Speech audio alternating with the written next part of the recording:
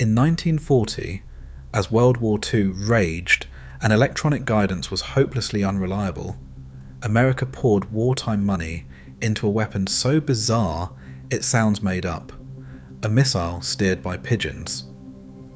Trained by psychologist B.F. Skinner, these birds pecked their way to over 80% accuracy, yet the scheme was all but erased from military history. Why did a project that actually worked become too absurd for the Pentagon to accept? And what does it reveal about the desperation and imagination of war? Let us pull back the curtain on the true story behind one of World War II's wildest inventions. In the early months of 1940, the US military faced a dilemma that no amount of money or urgency could solve. Bombs could be built, planes could be flown, but hitting a moving ship from thousands of feet in the air was a gamble at best. Electronic guidance was still in its infancy, bulky, unreliable, and easily fooled by enemy jamming. Engineers struggled with circuits that shorted out in damp weather, and vacuum tubes that shattered under vibration. Every promising prototype seemed to fail for reasons both technical and mysterious. Into this technological void stepped B.F. Skinner, a Harvard psychologist known for his work with animal behavior.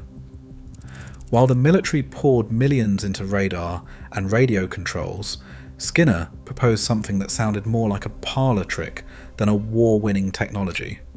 Pigeons trained to recognize enemy ships would serve as living computers. He argued that pigeons could outperform any electronic system available. Their visual acuity was legendary among scientists, and their ability to learn patterns rivaled that of any machine on the drawing board. Skinner's pitch landed at the intersection of desperation and imagination. The military, pressed by the urgency of war and the failures of electronics, agreed to fund a small-scale experiment. With $25,000 in Navy funds, about $450,000 today, Skinner launched his laboratory project. He set out to prove that a living brain, conditioned by reward, could guide a weapon more reliably than any vacuum tube. The idea was as simple as it was radical.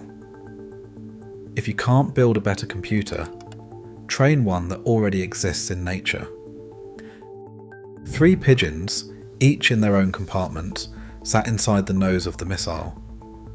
A lens at the very front projected a live image of the ground onto a tiny screen directly in front of each bird. The pigeons wore harnesses fitted with gold electrodes, their heads free to move, their eyes locked on the moving target below. Whenever a pigeon pecked at the spot on the screen that matched the target, the peck sent a signal through a set of pneumatic tubes and valves. The force and direction of the peck translated into tiny shifts in the missile's control surfaces, nudging it left, right, up, or down.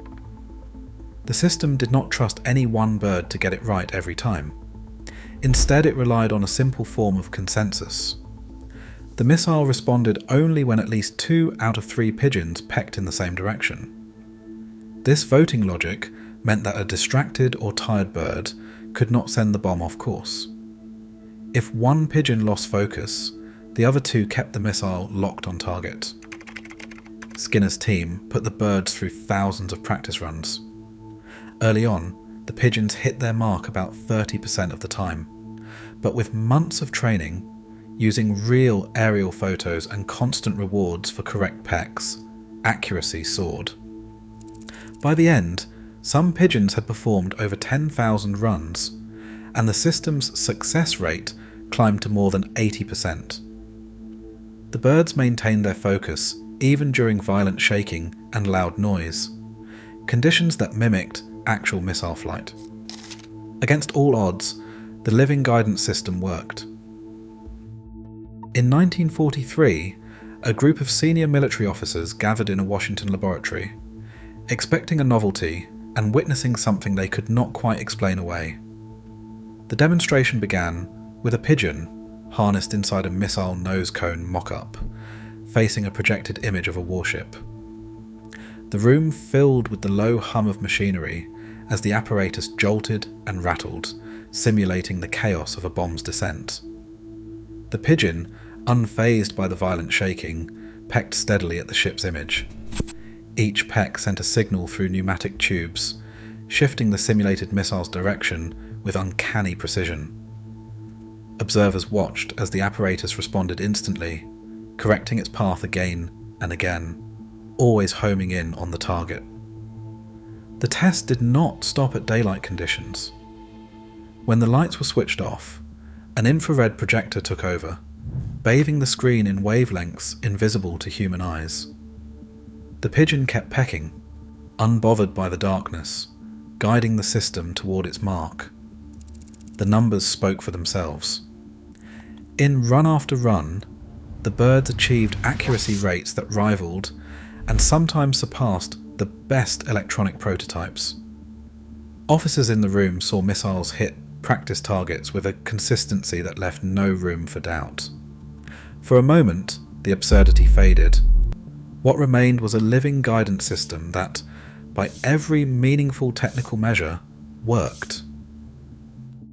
Military leadership, staring at the numbers, saw a system that worked, and still could not bring themselves to say yes. The Navy's investment of $25,000, a fraction of what rival projects consumed, had produced a guidance system that outperformed the best electronics available, but the idea of Pigeon pilots guiding bombs was just too much for the procurement culture of the 1940s.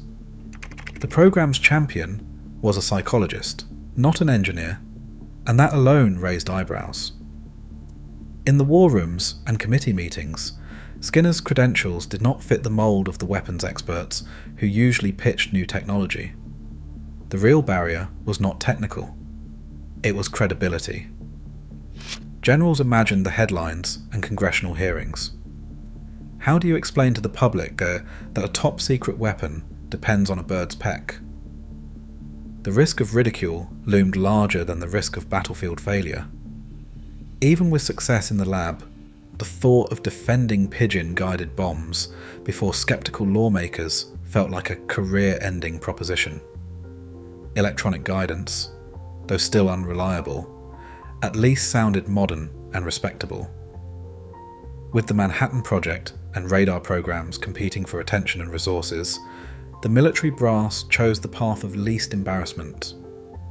They quietly shelved Project Pigeon, not because it failed, but because they could not risk being the ones responsible for such an unorthodox weapon. The program's fate was sealed by the uncomfortable mix of scientific eccentricity and institutional caution. Project Pigeon's official end came in October 1944. Despite proven accuracy and months of successful tests, the Navy cancelled the program, and it shifted its hopes to the promise of electronic guidance. Skinner, undeterred, refused to let the idea die. 4 years later, in 1948, he revived the work under a new name, Project ORCON, short for Organic Control. The basic approach stayed the same. Pigeons, trained and focused, guided weapons with their beaks. This time, Cold War anxieties and the outbreak of the Korean War briefly gave the concept new relevance. ORCON received fresh funding and entered another round of testing. By the early 1950s, electronics had finally caught up. New guidance systems could steer missiles better than any bird, no matter how well trained. In 1953, Project ORCON was cancelled for good. Skinner's Pigeons were returned to regular research, and the last files on Pigeon-guided bombs were locked away. Their story became almost forgotten.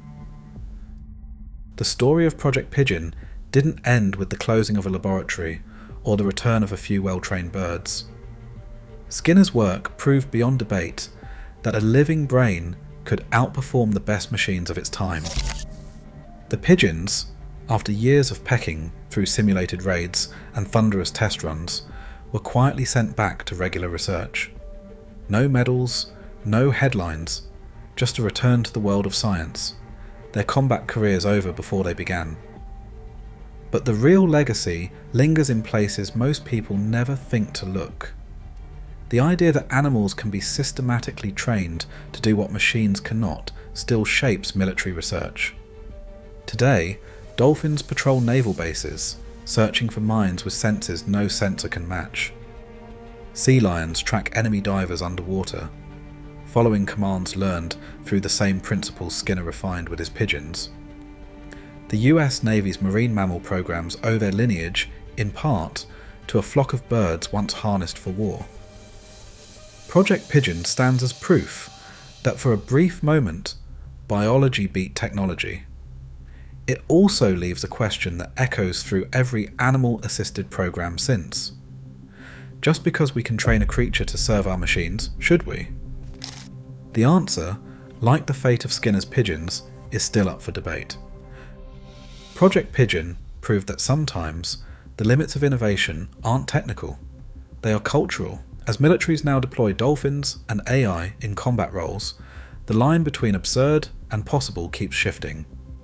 Today's wild idea could be tomorrow's doctrine. What would you consider too strange to believe?